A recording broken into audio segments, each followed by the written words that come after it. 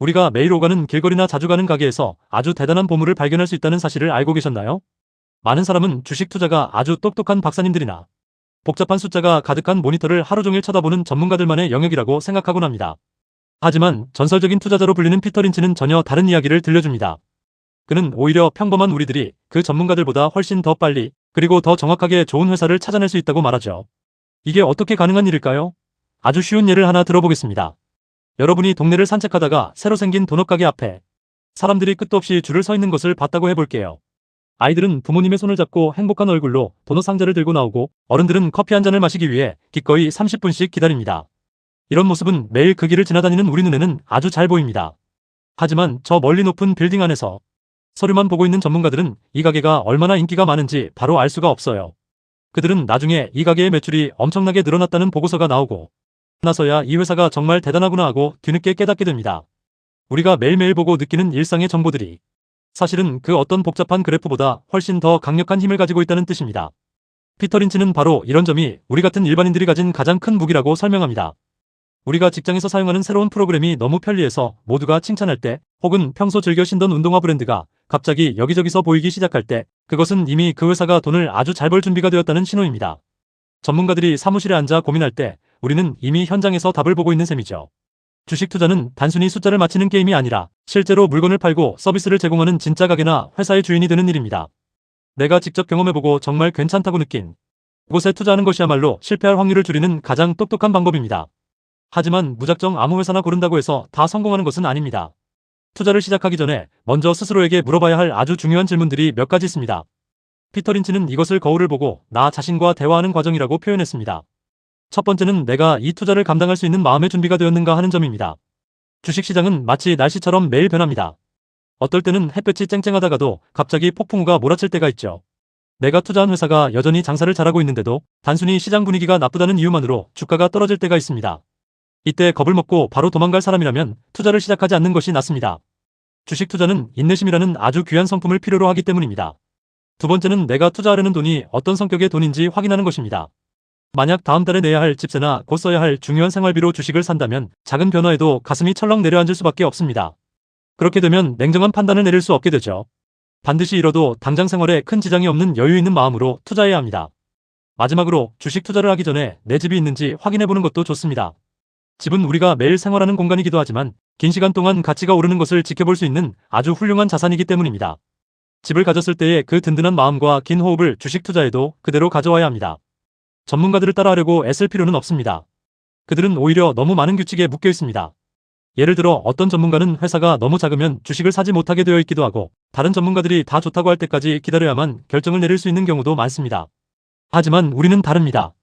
우리 동네 맛집이 전국적인 유명세가 되기 전에 먼저 알아볼 수 있는 자유가 있고 내가 써본 물건이 정말 좋다면 누구보다 먼저 그 회사의 주인이 될 수 있는 기회가 있습니다. 남들이 다 알게 된 뒤에 뛰어드는 것이 아니라 나의 일상 속에서 직접 발견한 반짝이는 아이디어를 믿는 것, 그것이 바로 전설적인 투자자가 우리에게 알려주는 첫 번째 비결입니다. 이제 우리는 전문가들이 보는 화려한 차트보다 우리의 눈과 경험이 더 정확할 수 있다는 자신감을 가져야 합니다. 우리가 마시는 음료수, 우리가 입는 옷, 우리가 매일 사용하는 스마트폰 속의 앱들이 모두 훌륭한 투자 후보가 될 수 있습니다. 중요한 것은 관심을 가지고 세상을 관찰하는 힘입니다. 주변을 둘러보세요. 분명 여러분 곁에도 아직 전문가들이 발견하지 못한 엄청난 보석 같은 회사들이 숨어 있을 것입니다. 그 보석을 찾아내기 위해 필요한 것은 특별한 수학 능력이 아니라 남들이 무심코 지나치는 일상의 변화를 예리하게 포착하는 관찰력과 그것을 믿고 기다릴 수 있는 용기입니다. 이러한 마음가짐이 준비되었다면 여러분은 이미 전설적인 투자자와 같은 길을 걸을 준비가 된 것입니다. 본격적으로 어떤 회사가 우리에게 큰 기쁨을 줄 수 있는지 그 구체적인 모습들을 더 자세히 살펴보겠습니다. 세상에는 정말 다양한 회사들이 있습니다. 피터 린치는 이 회사들을 성격에 따라 6가지 종류로 나누어 설명했습니다. 우리가 친구들의 성격을 알면 어떻게 같이 놀지 결정하는 것처럼 회사의 성격을 알면 어떻게 투자할지 정할 수 있기 때문입니다. 먼저 저성장주라고 불리는 회사들이 있습니다. 이들은 이미 덩치가 아주 커질 대로 커진 회사들입니다. 마치 다 자란 커다란 나무와 같아서 더 이상 쑥쑥 크지는 않지만 대신 우리에게 시원한 그늘과 열매를 꾸준히 나누어줍니다. 이런 회사들은 주가가 크게 오르지는 않아도 배당금이라는 보너스를 꼬박꼬박 챙겨주곤 하죠. 다음으로는 대형 우량주가 있습니다. 공부도 잘하고 운동도 적당히 잘하는 모범생 같은 회사들입니다. 아주 빠르게 성장하지는 않아도 나라에 큰일이 생겨도 쉽게 흔들리지 않고 튼튼하게 자리를 지킵니다. 우리가 가장 주목해야 할 친구는 바로 고성장주입니다. 이제 막 달리기를 시작한 아주 빠르고 힘찬 아이들 같은 회사입니다. 규모는 작지만 매년 엄청난 속도로 가게를 늘리고 물건을 더 많이 파는 곳들이죠. 피터 린치가 가장 좋아했던 것도 바로 이런 회사들입니다. 잘만 고르면 내가 투자한 돈의 10배, 20배를 벌어다주는 보물 같은 존재가 되기도 합니다. 하지만 그만큼 에너지가 넘치기 때문에 위험할 수도 있어서 늘 조심스럽게 관찰해야 합니다. 조금 독특한 친구들도 있습니다. 바로 경기 순환주입니다. 마치 여름에는 아이스크림이 잘 팔리고 겨울에는 붕어빵이 잘 팔리는 것처럼 세상의 분위기에 따라 기분이 좋았다가 나빴다가를 반복하는 회사들입니다. 자동차나 항공사 같은 곳들이 대표적인데 이런 회사들은 지금이 여름인지 겨울인지를 잘 맞춰서 들어가는 타이밍이 아주 중요합니다. 그리고 회생주라는 회사들도 있습니다. 한때는 공부를 못해서 퇴학 위기까지 갔지만 마음을 다잡고 다시 우등생이 되려고 노력하는 친구들입니다. 성공한다면 엄청난 박수를 받겠지만 그만큼 실패할 가능성도 크기 때문에 아주 꼼꼼하게 살펴봐야 하죠. 마지막으로 자산주가 있습니다. 겉모습은 평범해 보이지만 사실은 가방 안에 엄청난 보석이나 땅 문서를 숨기고 있는 친구들입니다. 남들은 모르지만 나만 그 보물을 알고 있다면 나중에 큰 수익을 얻을 수 있습니다. 이렇게 회사의 종류를 나누는 이유는 종류마다 우리가 기대할 수 있는 수익과 기다려야 하는 시간이 다르기 때문입니다. 고성장주를 샀으면서 왜 배당금을 안 주냐고 투덜대거나 저성장주를 샀으면서 왜 하루 만에 주가가 2배로 안 오르냐고 불평하는 것은 마치 축구선수에게 왜 수영을 못하냐고 다그치는 것과 같습니다.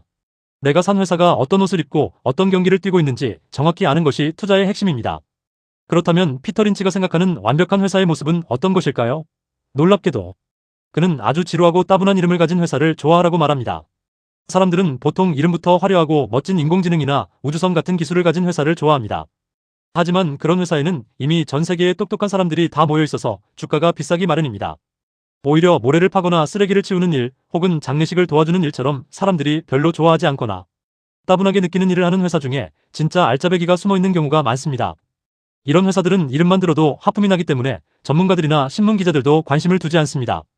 하지만 그들이 관심을 두지 않는 사이에 회사는 조용히 돈을 벌고 몸집을 키워나갑니다. 경쟁자도 별로 없어서 혼자서 시장을 독차지하기도 하죠. 남들이 쳐다보지 않는 곳에서 묵묵히 제 일을 하며 돈을 잘 버는 회사, 그리고 그 회사가 가진 기술이 너무 단순해서 누구나 이해할 수 있는 곳이야말로 최고의 투자처입니다. 우리는 흔히 아주 복잡하고 어려운 기술을 가진 회사만이 돈을 많이 벌 것으로 생각하지만 사실은 그렇지 않습니다. 누구나 매일 쓰는 비누를 만드는 회사, 전국에 똑같은 맛의 빵을 공급하는 회사처럼 우리의 삶에 깊숙이 들어와 있어서 없으면 안 되는 일을 하는 회사가 훨씬 더 안전하고 강력합니다. 전문가들은 어려운 공식을 써가며 계산하지만 우리는 그저 우리 동네에 있는 그 회사의 가게가 여전히 손님들로 붐비는지 물건의 품질이 여전히 좋은지만 확인하면 됩니다. 피터 린치는 회사의 주가 그래프를 보기 전에 그 회사가 무엇을 해서 돈을 버는지를 2분 안에 설명할 수 있어야 한다고 말했습니다. 만약 누군가에게 이 회사가 왜 좋은지를 쉽게 설명할 수 없다면 그것은 내가 그 회사를 제대로 모르고 있다는 증거입니다. 복잡한 유행에 휩쓸리지 마세요. 남들이 다 좋다고 떠드는 화려한 이름에 속지도 마세요. 가장 단순하고 명확하며 우리의 일상 속에서 튼튼하게 뿌리내린 그런 회사를 찾는 연습을 해야 합니다.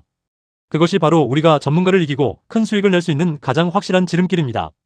이제 우리는 이렇게 찾은 좋은 회사들이 정말로 건강한 상태인지 숫자를 통해 확인하는 방법을 알아야 합니다. 이제 우리가 찾아낸 보석 같은 회사들이 정말로 건강한 상태인지 숫자를 통해 확인하는 방법을 알아야 합니다.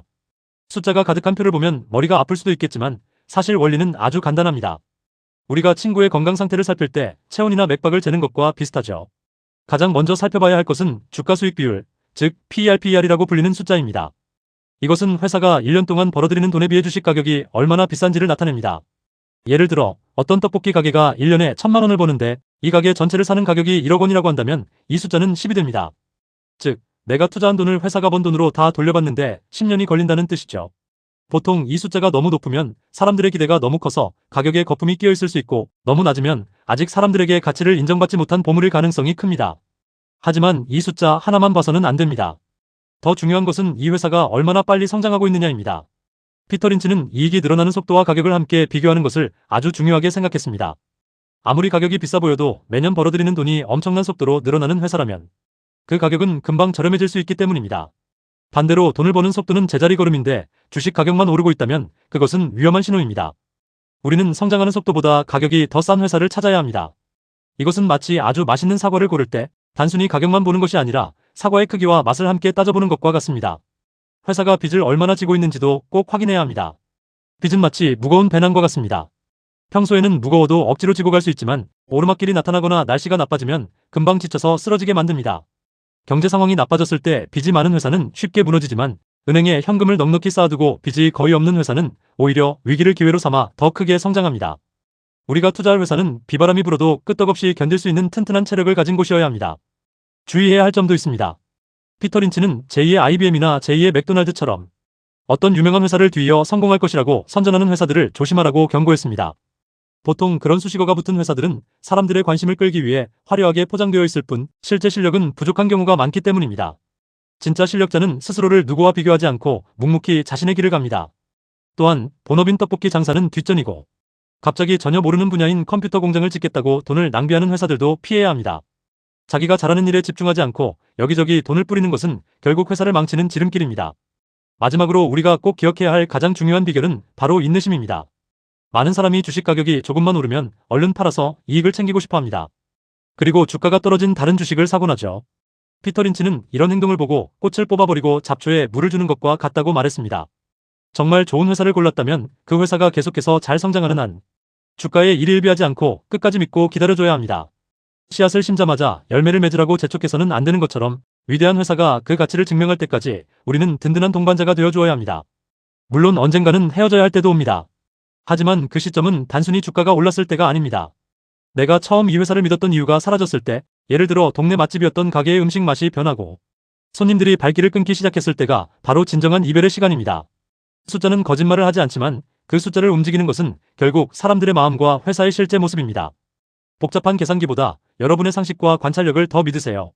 주식 투자는 세상을 배우는 가장 흥미진진한 공부입니다. 우리가 매일 마주하는 일상 속에서 좋은 회사를 발견하고 그 회사가 세상에 어떤 이로움을 주는지 지켜보며 함께 성장해 나가는 과정이기 때문입니다. 전문가들의 어려운 용어에 겁먹지 마세요. 여러분이 이미 알고 있는 것들, 여러분이 직접 경험하고 좋다고 느낀 것들 속에 정답이 있습니다.